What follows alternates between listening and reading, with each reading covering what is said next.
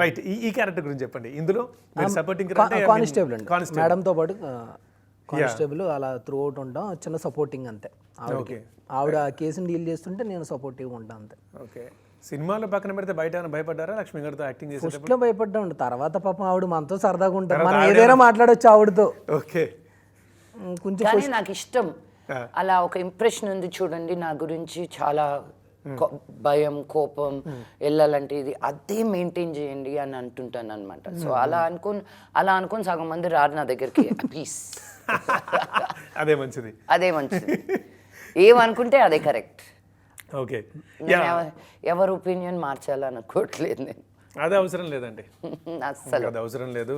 పోనీ ఒక 10 ఏళ్ళ కింద 20 ఏళ్ళ కింద మనకు అట్లా అనిపించవచ్చు, కానీ డే బై డే మనకి ఏది వచ్చిన కొద్ది ఇంకంత అవసరం లేదు. ఇంకా మిమ్మల్ని చూసి అది నేర్చుకోవచ్చు. అది మాట్లాడదాం. సో క్యారెక్టర్ పక్కన పెడితే ఇప్పుడు సినిమా గురించి మీరు ఇప్పుడు మొన్న నుంచే ప్రమోషన్ చేస్తున్నారు, ఇంకా మీకు ఈ సినిమాలో నచ్చింది ఏమన్నా చెప్పాలి? ఆవిడ లుక్ కానీ లాస్ట్లో ఫైట్స్ అయ్యి అదరగొట్టేశారండి, చాలా న్యాచురల్గా చేశారు.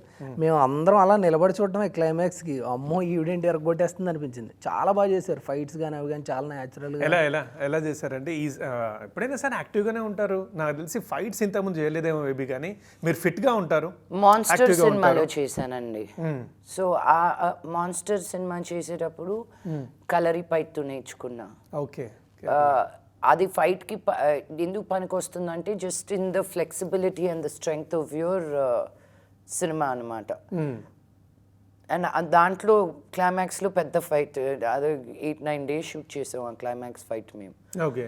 సో అక్కడ ప్రాక్టీస్ అయింది అనుకుంటున్నాను నేను, జస్ట్ ఇన్ టర్మ్స్ ఆఫ్ కొట్టినట్టు కొట్టకుండా, యూనో కొడుతూ తగిలించుకోకుండా. సో